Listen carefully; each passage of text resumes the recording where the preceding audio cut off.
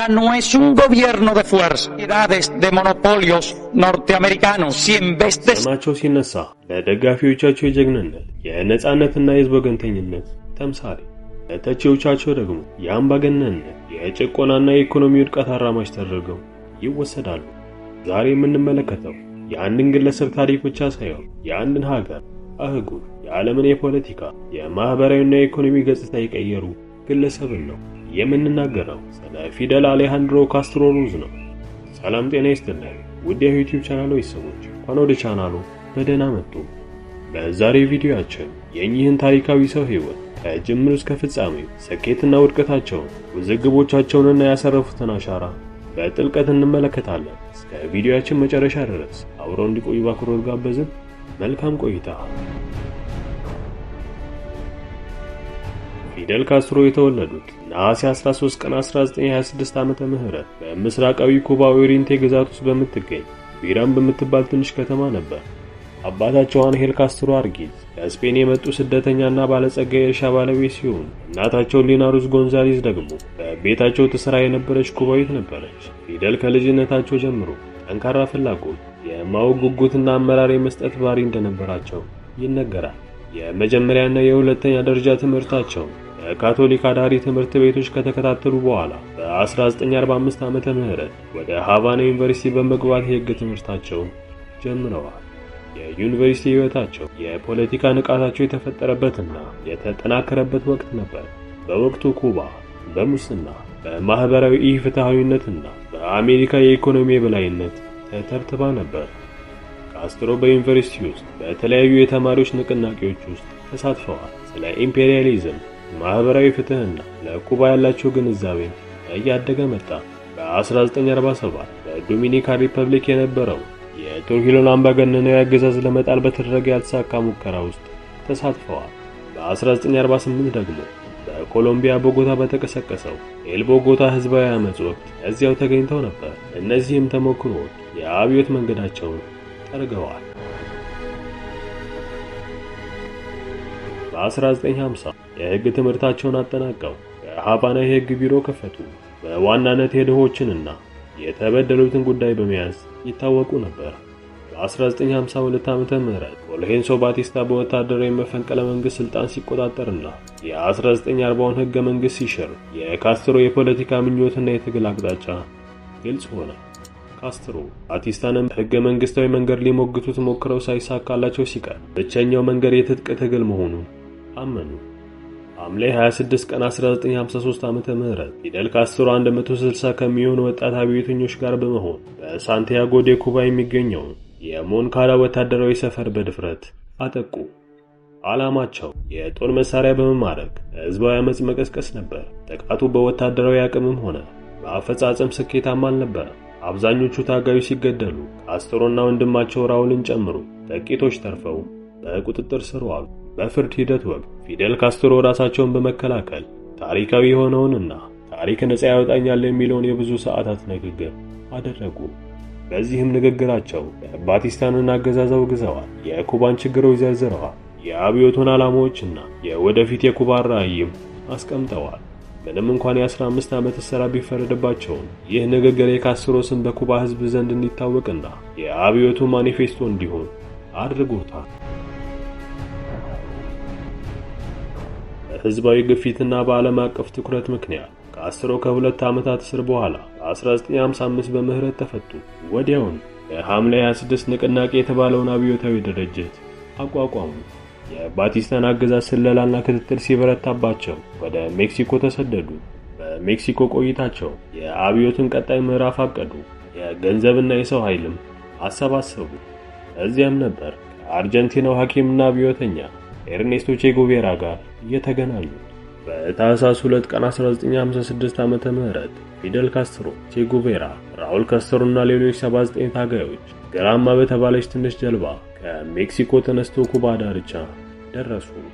ከባቲስታን ሰራዊት ጋር በተደረገ የመጀመሪያ ግጭት አብዛኞቹ ታጋዮች ሲገደሉና ሲያዙ ካስትሮን ጨምሮ 12 ያህል ሰዎች ብቻ ተርፈው ወደ ሴራ ማይስትራ ተራሮች ሸሹ።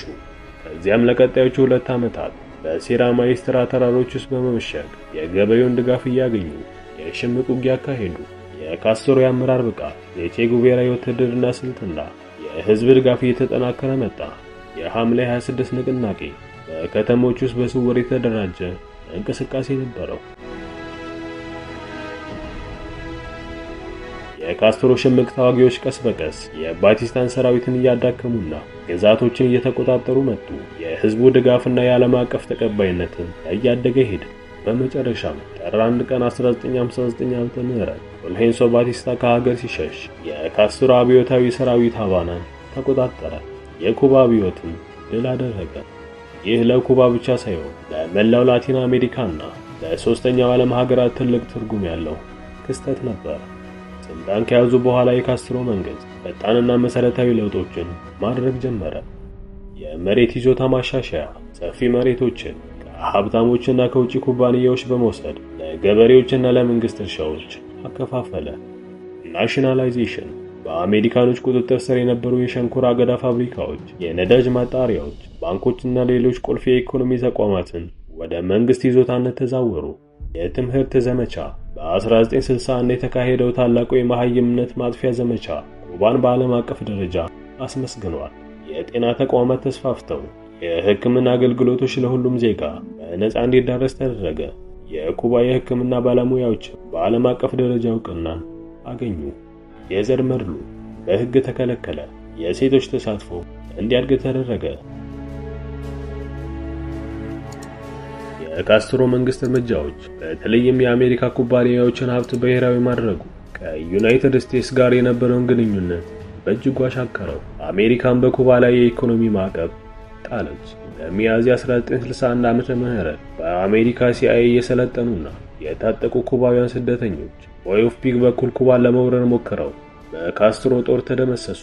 ይህም ክስተት የካስትሮን ተቀባይነት በሀገር ውስጥ ከፍ እንዲል ሲያደርግ ኩባ ከሶሻሊስት ህብረት ጋር ይበልጥ እንድትቀራረብ አደረጋት። በ1962 ዓመተ ምህረት የኩባ ሚሳኤል ቀውስ ወይም ኩባን ሚሳኤል ክራይሲስ ተከሰተ። ሶቪየት ህብረት በአሜሪካ ፍሎሪዳ ግዛት አቅራቢያ በምትገኘው ኩባ ላይ የኒውክሌር ሚሳኤሎችን ማስቀመጧ ዓለምን የኒውክሌር ጦርነት አፋፍ ላይ አድርሶት ነበር። ከ13 ቀናት ውጥረት በኋላ በፕሬዝዳንት ጆን ኤፍ ኬኔዲ እና በኒኪታ ክሩሽቼቭ መካከል በተደረገ ስምምነት ሶቪየት ሚሳኤሎቿን ከኩባ ለማንሳት፣ አሜሪካ ደግሞ ኩባን ላለመውረርና ያስቀመጠቻቸውን ሚሳኤሎች ለማንሳት ተስማሙ። ይህም ክስተት የካስትሮ መንግስት የሶሻሊስት ባህሪ ይበልጥ አጉልቶታል። ኩባም የቀዝቃዛው ጦርነት ዋነኛ መድረክ ሆነች።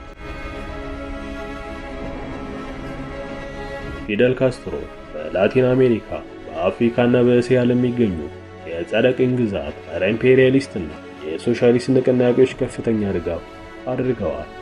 የኩባ ወታደሮች በአንጎላ፣ በኢትዮጵያና በሌሎች ሀገራት የውጊያ ተሳትፎ አድርገዋል።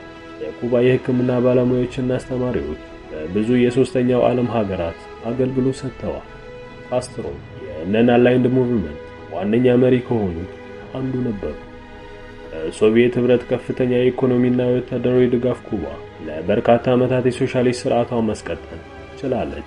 ሆኖም የአሜሪካ የኢኮኖሚ ማዕቀብ፣ በሸንኮራ አገዳ ምርት ላይ የተመሰረተው ኢኮኖሚ ውስንነትና የማዕከላዊ ዕቅድ ውጤታማነት ማነስ በኩባ ህዝብ የኑሮ ደረጃ ላይ ጫና አሳድረዋል። በተለይም በ1991 የሶቪየት ህብረት ከፈረሰች በኋላ ኩባ ልዩ ወቅት ወይም ስፔሻል ፔሪየድ ተብሎ በሚታወቀው ከባድ የኢኮኖሚ ቀውስ ውስጥ ገብታ ነበር። የፊደል ካስትሮ አገዛዝ ከትችት አላመለጠም ነበር። የአንድ ፓርቲ አገዛዝ ኮሚኒስት ፓርቲ ብቸኛው የህጋዊ የፖለቲካ ፓርቲ መሆኑና የተለየ የፖለቲካ ሐሳብ ያላቸው ቡድኖች መታፈናቸው፣ የሰብአዊ መብት ጥሰቶች፣ የሐሳብን በነጻነት የመግለጽ የመደራጀትና የመሰብሰብ መብቶች መገደብ፣ የፖለቲካ እስረኞች መኖር፣ የመገናኛ ብዙሃን በመንግስት ቁጥጥር ስር መዋል ዋነኛ የትችት ነጥቦች ናቸው።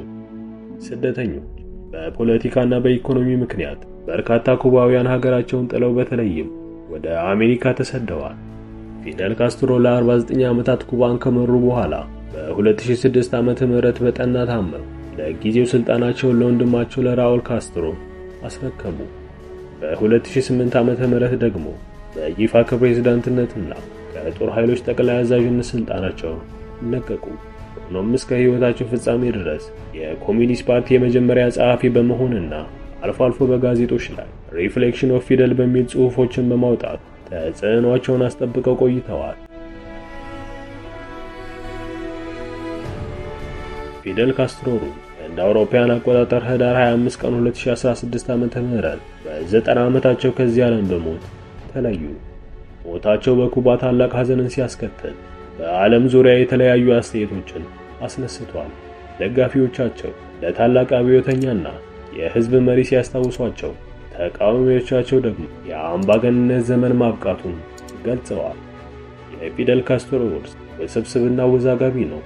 በጎ ጎኖች ለኩባ ህዝብ ትምህርትንና ጤናን በነጻ ማዳረሳቸው፣ ማህበራዊ እኩልነትን ለማምጣት መጣራቸው፣ የኩባን ሉዓላዊነት ማስከበራቸውና በዓለም መድረክ ለታዳጊ ሀገራት ድምፅ መሆናቸው በደጋፊዎቻቸው በስፋት ይጠቀሳሉ። አሉታዊ ጎኖች የአንድ ፓርቲ አገዛዝ፣ የሰብአዊ መብት አያያዝ፣ የኢኮኖሚ ችግሮችና የበርካታ ዜጎች ስደት በተቺዎቻቸው ይነሳሉ። ያም ሆነ ይህ ፊደል ካስትሮ በ20ኛውና በ21ኛው ክፍለ ዘመን ታሪክ ላይ የማይፋቅ አሻራ ያሳረፉ፣ ስማቸው ለረጅም ዘመናት ሲወሳ የሚኖሩ ታሪካዊ ሰው መሆናቸው ጥርጥር የለውም። ተመልካዮቻችን ስለ ፊደል ካስትሮ ሕይወትና ዘመን ያቀረብንላችሁ ሰፋ ያለ ዝግጅት ይህንን ይመስል ነበር። ይህ ቪዲዮ ስለ እሳቸው የተሟላ ግንዛቤ እንዲኖራችሁ እናገዛችሁ ተስፋ እናደርጋለን። እናንተስ ስለ ፊደል ካስትሮ ምን አይነት አስተያየት አላችሁ? በኩባና በዓለም ላይ ያሳረፉት ተጽዕኖስ ምን ይመስላችኋል? ሐሳባችሁ በኮሜንት መስጫው ላይ ያጋሩ። እስከ ቪዲዮአችን መጨረሻ ድረስ አብረውን ስለነበሩ ከልብ እናመሰግናለን። ቪዲዮ ከተመቹት ላይክ እና ሼር ማድረግዎን እንዲሁም ተጨማሪ ሐሳብና አስተያየት ካሉ ኮሜንት ላይ መጻፉን አይዘንጉ። በቀጣይ የተለያየ አይነት ይዘት ያላቸው ቪዲዮዎች እንዲደርሱ ቻናሉን ሰብስክራይብ ማድረግዎንና ደውሏን መጫን አይዘንጉ። በቀጣይ ቪዲዮ እስክንገናኝ ድረስ መልካሙን ሁሉ ተመኘን።